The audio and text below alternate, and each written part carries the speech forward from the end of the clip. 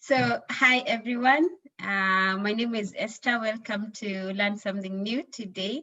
And today we have the privilege of having one of a very good friend of mine and a special guest, and being the first show. So, I'm so excited to do this. So, welcome so much. Kindly introduce yourself, tell us your name, where you come from, We'd like Yeah. to know you more. Thanks. Thank you, Esther, for inviting me to your show. My name is Salma Nasir. I come from Kenya, Nairobi, to be specific. Um, I moved here in the US in 2019, almost 2 years now. And so far, it's been a good, challenging, and everything experience. I can I can Yeah. imagine. Okay. And tell me, how you holding up now, with COVID? It's been very, it's been very crazy. Everyone has been worried. Even myself, I've been really worried being in the lockdown. So how you holding up? When COVID started in March last year, I would say I didn't really take it seriously in the beginning because no one really took it seriously. People started closing down and my work was still working. So I'm like, okay, maybe it's not that serious. People are just panicking. But then I got a message from my boss and they're like, since everyone is closing, then we have to shut down for now, according to the CDC and the governor. We have to close until things slow down a little bit. So then I started to get worried a little bit.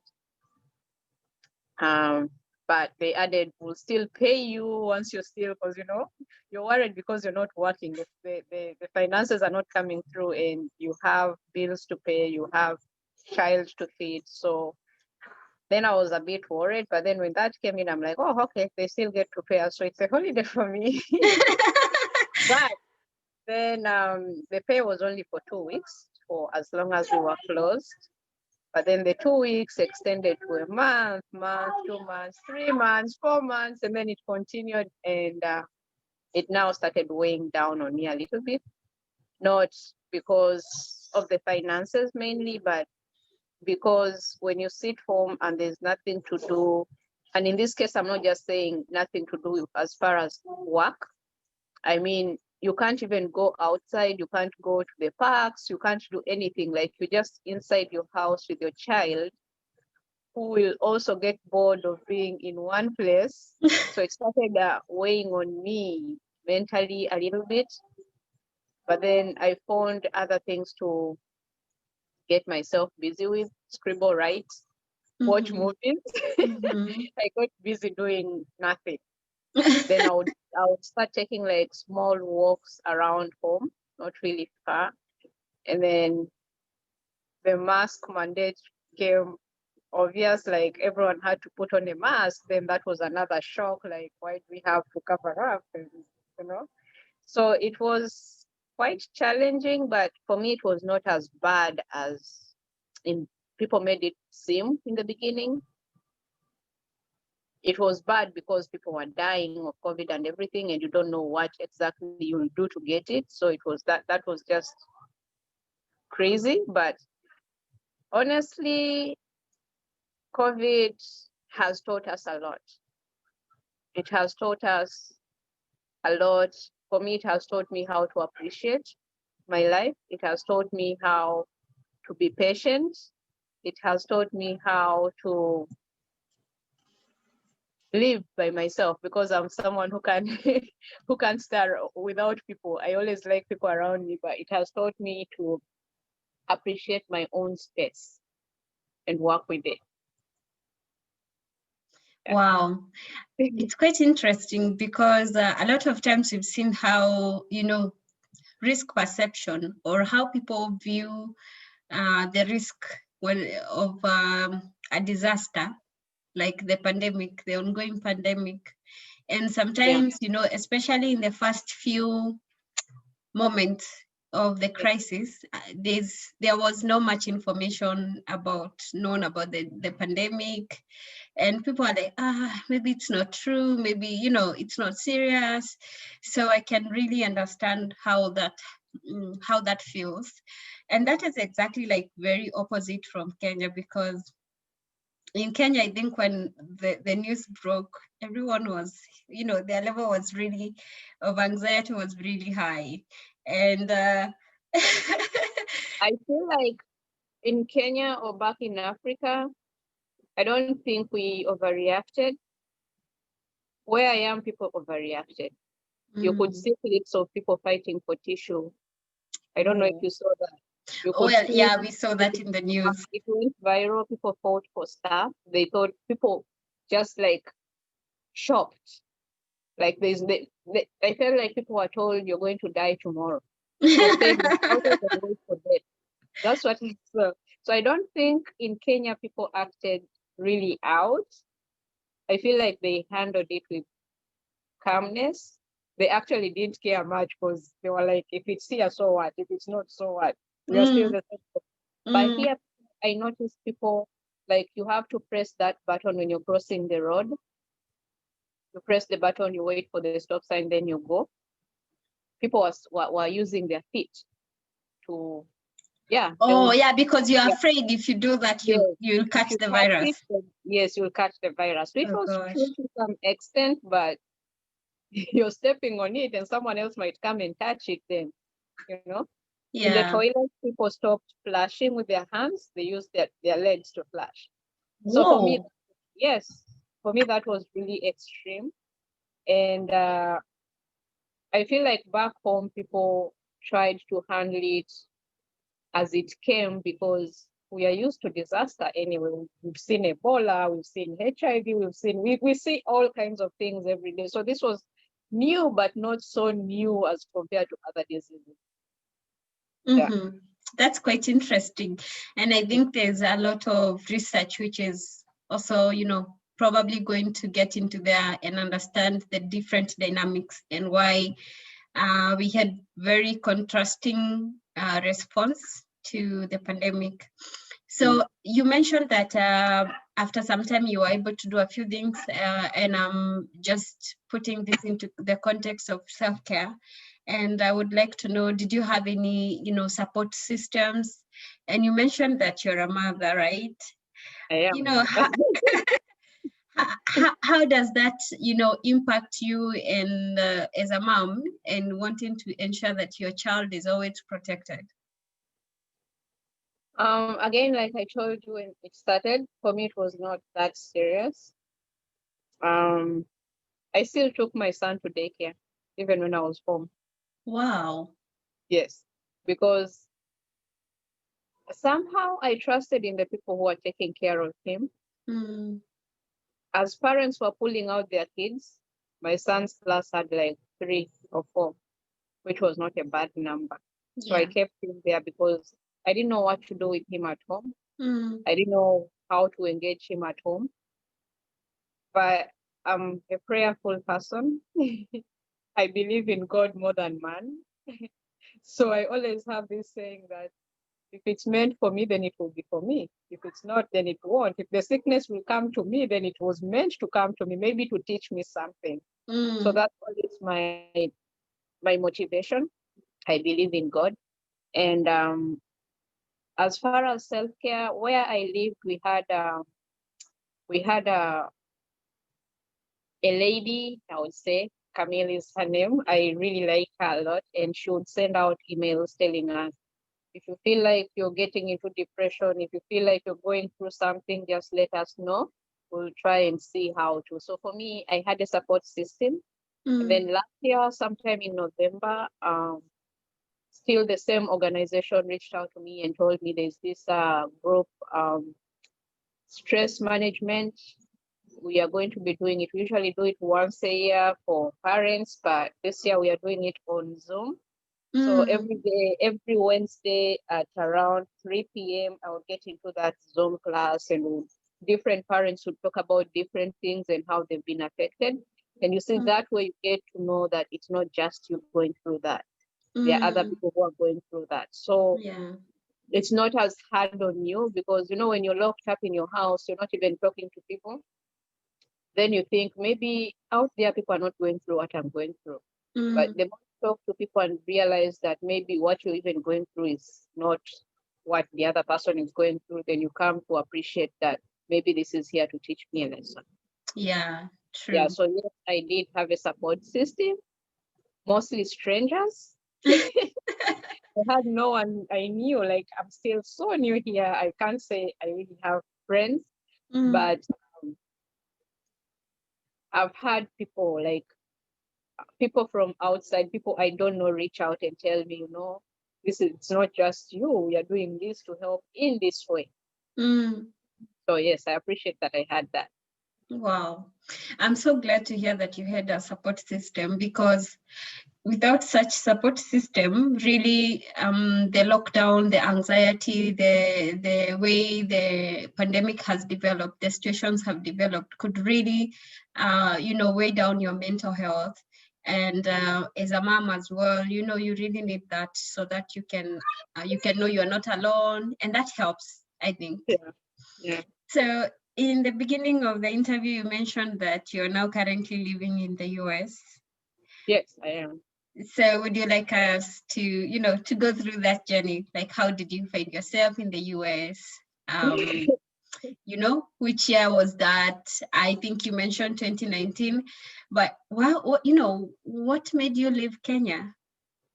Can I get back to you on that in just a minute? We take a short break. Okay, sure. All right. Okay. Okay.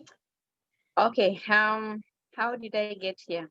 In Yes. 2016, I got married to this American man who was Mm-hmm. nice and everything. But also the same year, I was going through so many things. My mom was really sick, and she passed on a month after I got married. The same time, Mm-hmm. I realized I was pregnant with my son. And then at that point, my husband and I realized we were on different pages of this whole marriage thing. He did not want to have a family, so he was not happy about the fact that I was pregnant. But we worked through it, we dealt with it, and then he suggested we move here because it's easier to raise a child here and everything, and then you'll have better opportunities. So we started on working on the process, and that's how I got here in 2019. I chose to move here because um, for my son, better opportunities, better education, better everything, and I didn't like really have to struggle a lot looking for jobs and everything. Here you can do everything. That's why they call it the American dream. So yeah, so I spoke to my aunt about the whole moving, considering the kind of marriage I had and everything. My aunt told me there's nothing wrong with trying something new. Mm. It's an opportunity to get out and go to another country and learn new cultures, learn new things, like take it as an adventure. So I said, why not? So Yeah. in 2019, February 26th, I got here. The States, I lived in Eugene with my then husband. Mm. And then after that, 3 months later, the relationship was just getting bad and worse. I don't want to get into that. But Yeah. we Yeah. decided to go our separate ways. I left with my son, and he went back to Kenya and married in my family. So yeah, here I am, a single mom raising a child alone. I can't say it's been easy. It's been hard. It's been challenging. It's been tough, but I believe I'm doing it. Yeah, and you're doing it right. Yeah. First of all, let me say I'm so sorry for everything that you have to go through, and so sorry about your mom. May her soul rest in peace. And so sorry. Yeah. Is that your turn? Yeah, that's my son. Okay.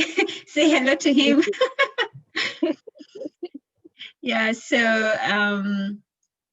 I'm so sorry about what you had to go through, and I know it must have, I can imagine it must have been a very difficult moment for you and your son, you know, being in a new country and all this happening at the same time. I'm so sorry to hear that. So, you know, besides your marriage and everything that went wrong about it, you know, what were the new experiences, you know, as a new migrant to to the US? How Mhm. was your experience really? My biggest experience the day I landed, we left Kenya on a very long flight. Mm-hmm.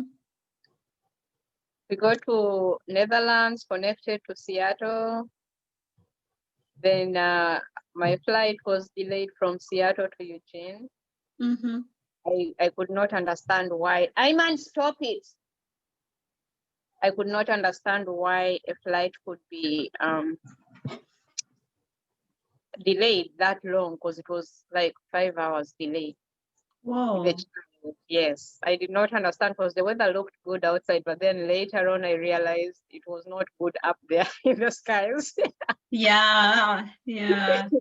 So we finally got on that flight, finally, and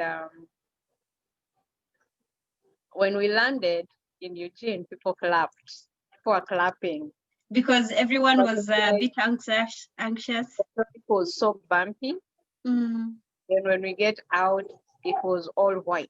The snow was too much. That's why we got, Whoa. yes. And when I asked, we said that's the worst snow they've had since which year? 19 something years, like in 20 years, like 30 years back.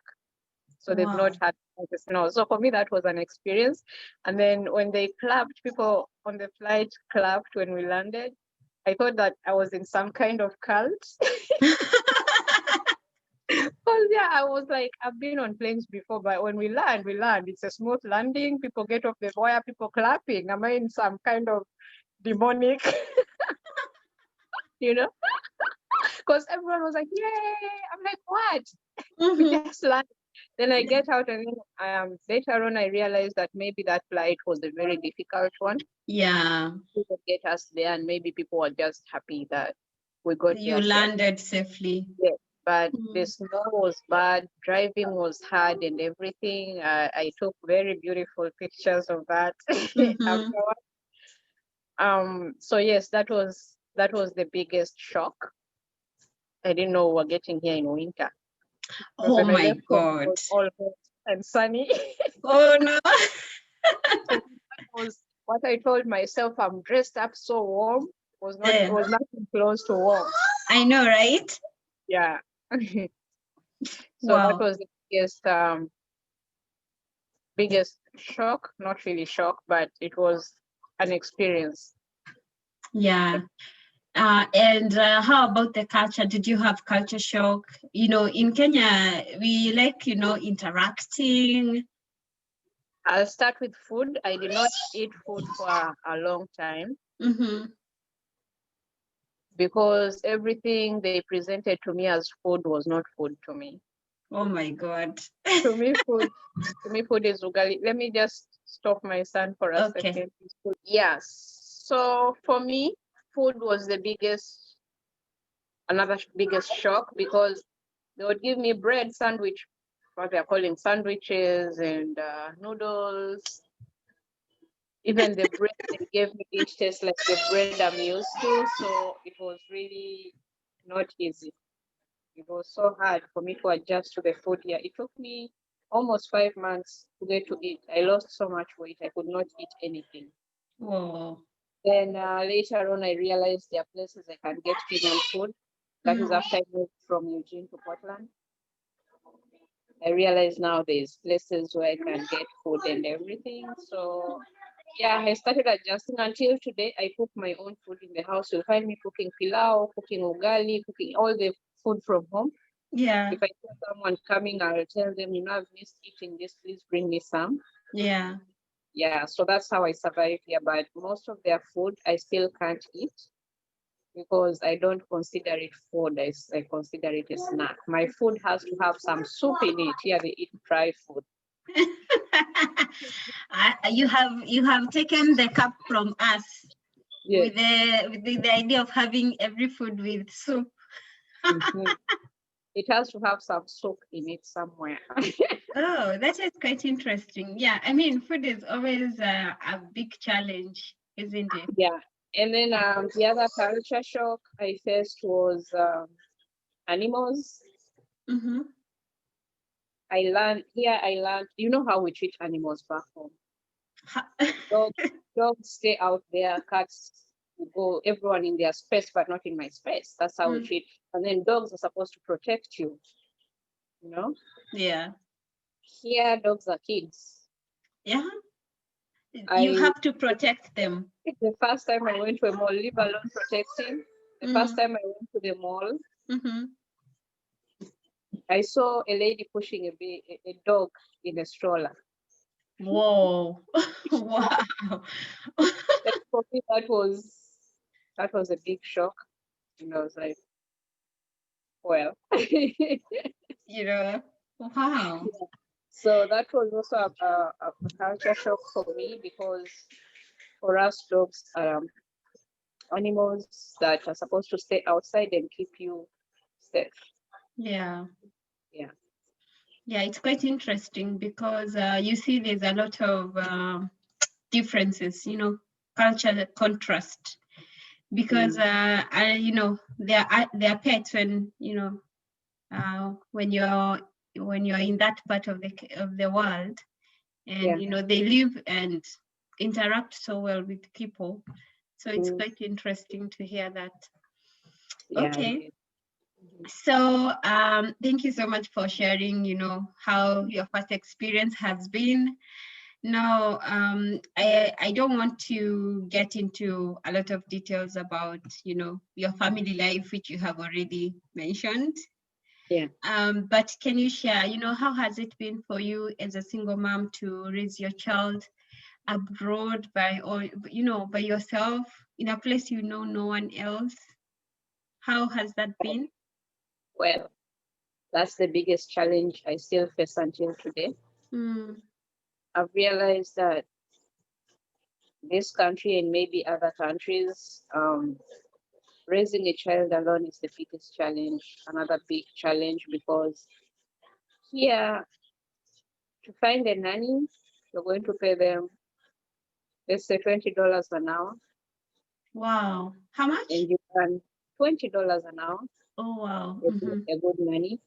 You earn $15 an hour. So you're living beyond your expectations. Yeah. You see? So it's difficult because back home I had a house help that I paid around $100 a month. Mm, It's very much affordable, which cannot happen here. yeah.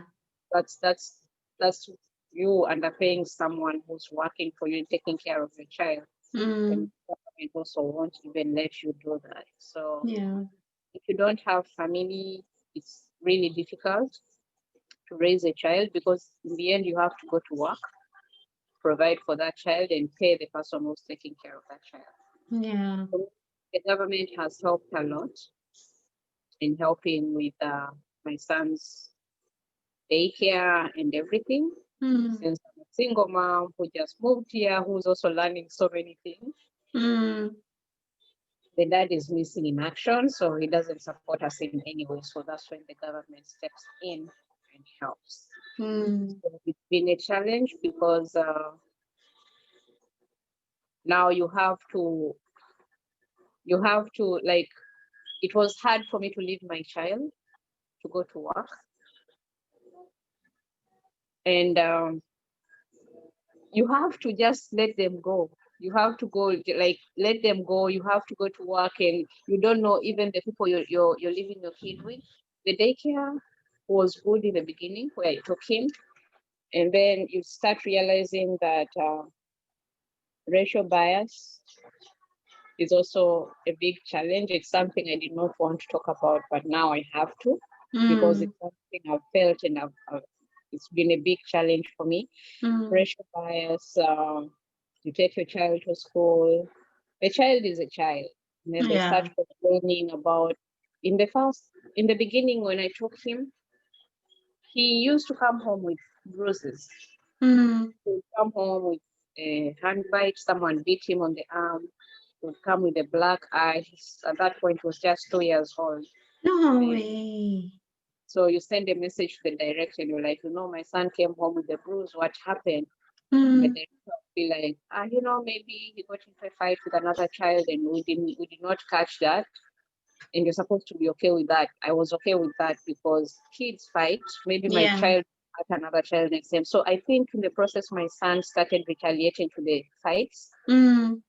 If this child beats him, then he learned how to bite to fight back. Mm.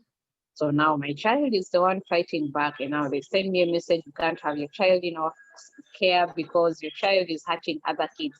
But what happened when my child was being hurt? You see? So those are Yeah. some of the challenges I'm talking about. And they have these smallest issues like, when we serve food, your child refuses to use a spoon. Like my child Mm. uses a spoon at home. Why is using their hands to eat a problem? You see? So those are some of the challenges I faced as far as parenting is concerned. Back home, the Mm. has help in disciplining the child. Mm. Mm. It doesn't have to be a big deal because kids always get into these altercations. They fight for toys. It's normal. But here they make it look like your child has a problem. Oh. Yeah. So as we speak, my son goes through occupational therapy where Mm. they're trying to control how much he plays with other kids, what he can and can't do, which for me Whoa. doesn't feel like it's something that he needs because his whatever stage he's going through is him being a child. And on top of that, a boy child who you cannot just sit down the whole day. They have to Yeah. climb something, they have to drive their car on something, even on your head. It's just a normal stage for kids. So Yeah. yes, those are some of the challenges I felt as a Black parent. If you extend that to me as a Black parent, I'll know how to handle it as a grown-up. But if you Mm. extend it to my child, then I don't know how you want me to program my child to be exactly what you want him to be, especially if Mm. I also had complaints of him coming home hurt. Were the kids who are hurting him sent home? I'll never know that Mm. because they'll tell you we have to protect the other kids as well. How was my child protected? You see? So those are Yeah. some of the challenges. I didn't want to talk so much about it because it's still a sensitive issue, but Yeah. racial bias here is someone may just look at you and they decide because you have an accent, you don't speak like them, then it's stupid. Uh, Mm. when they tell you to do the same things, maybe you'll even perform better than them. So they just think you're stupid because of your accent and your color. Oh.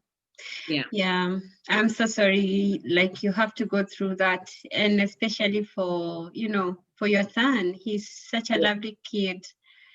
I mean, some of those experiences really mean a lot to a child's life, even when they're growing up. So I feel so sad. I hope things change and he will be able to, interact freely with the kids.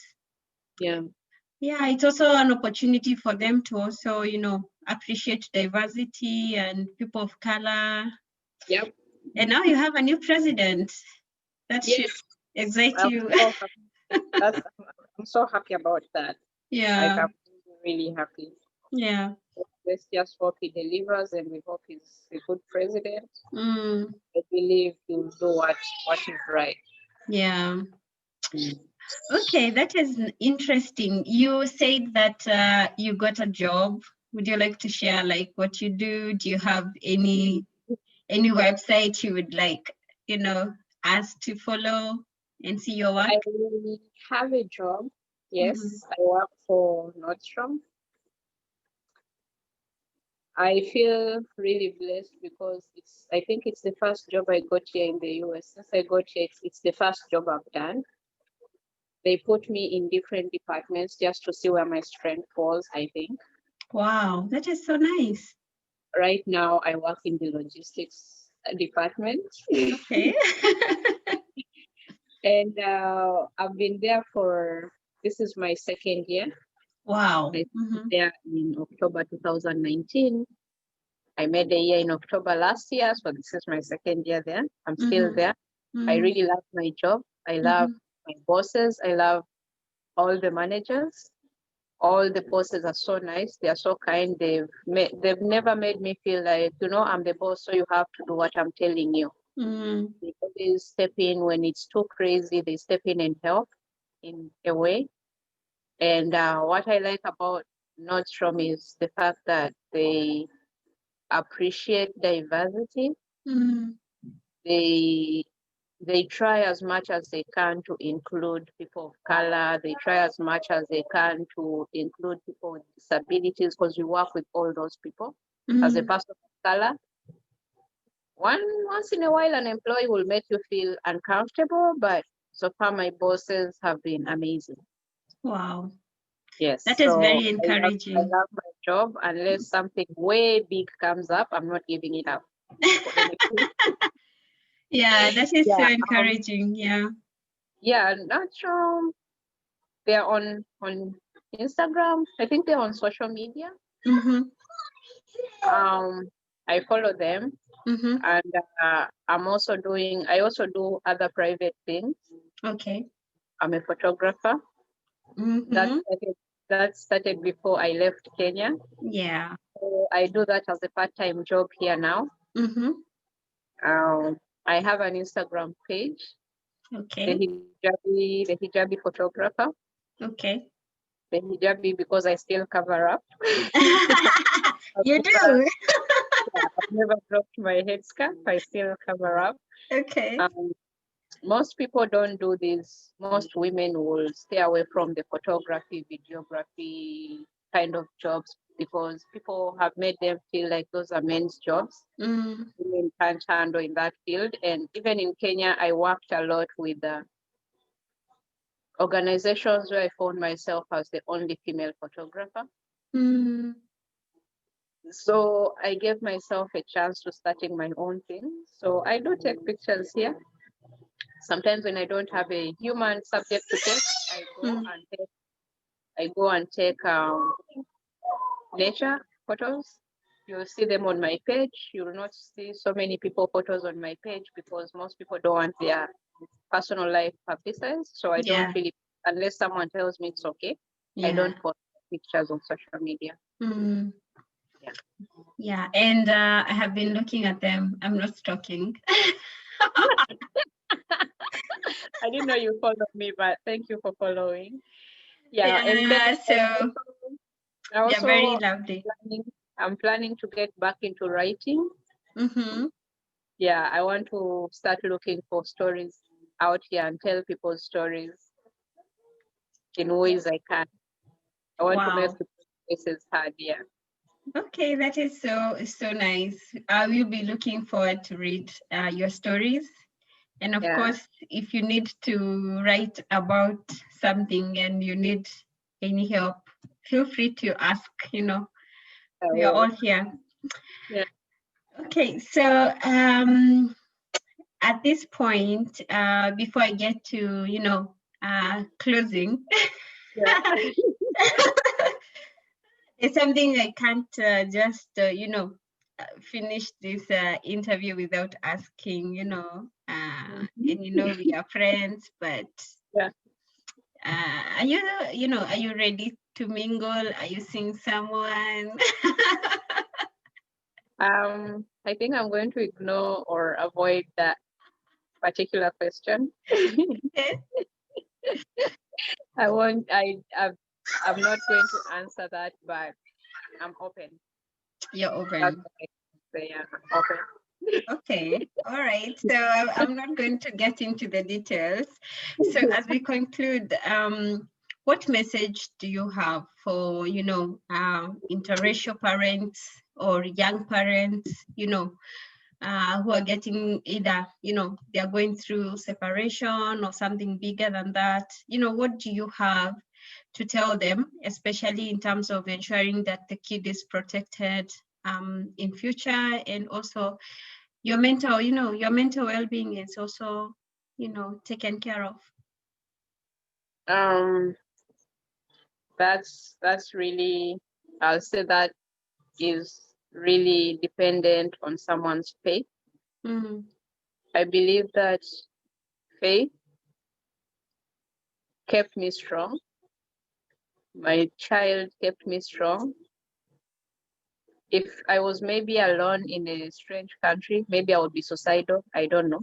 I never Mm. had those thoughts, but I do not know, because you get to depend on this person who has taken you all the way from your country, where you know people, to this country where you know no one, where everyone will look at you like you're some kind of creep. And all I can say to these young people into marriages that are not working, it's okay to walk away out of that marriage. It's Mm. the best thing for your mental health. You don't have to depend on someone just because you have to take care of your child. Mm. I hear so many people tell others, for your child's sake, please stay. You cannot stand abuse because of your child's sake, because that environment is not even safe for your own child. Mm. Leave if you have to. It will be painful. It will be hurtful. It won't be easy, but things get better along the way. God protects people who are protecting other people. So if you're protecting your child, God will protect you for the sake of that child. He protected me. I Mm. went from worse places to better places to now where I am. Mm. It doesn't get worse, it only gets better. It gets worse when you stay in a toxic relationship. Mm. Yeah. So that's my message to them. And always be prayerful. Always. I know most people don't believe in prayer. It doesn't give you answers immediately, but just say Mm. that short silent prayer. God listens. Yeah. And God knows what you're going through even before you tell him what you're going through. He just wants you to go to him because he wants you to know that you trust him. Yeah. So always pray. Wow. That is so powerful. What a way to finish the interview. I must say, like, I can see the grace of God all over your face. You are glowing, you're smiling. It's something that, you can't take for granted. And I'm so happy that you're able to share your journey with us, your story with us, how you've been holding up. And I hope that someone out there will feel inspired, and they will feel encouraged, and they will know that they're not the only people who are going through what they're going through. And we say in Swahili, kuvunjika kwa mwiko si mwisho wa kupika ugali. So failure is not the end. It's the process. It's part of the Yeah. process of getting you to succeed. So I'm so happy. Thank you so much for getting time. Say hi to your boy, and I hope that someday we'll be able to see you soon. So thank you so much. Thank you so much, Esther, for having me. And I hope you can reach as many people as you can. And I hope we can have more interviews to follow up on the progress and everything that's good. Yeah. And I appreciate you for doing this, for getting out people's messages and people's stories. It can encourage someone who's deep down there and they don't know where to start. Yeah. Thank you so much, Salma. I appreciate so much. Thank you for watching the show tonight. And please don't forget to subscribe on the button below and leave your comments. We want to learn so much from you. We want to hear your stories. So feel free to get in touch with us so that we can be able to learn together. So thank you so much. Until next time and see you again. Have a good day, have a good evening, have a good morning. Bye.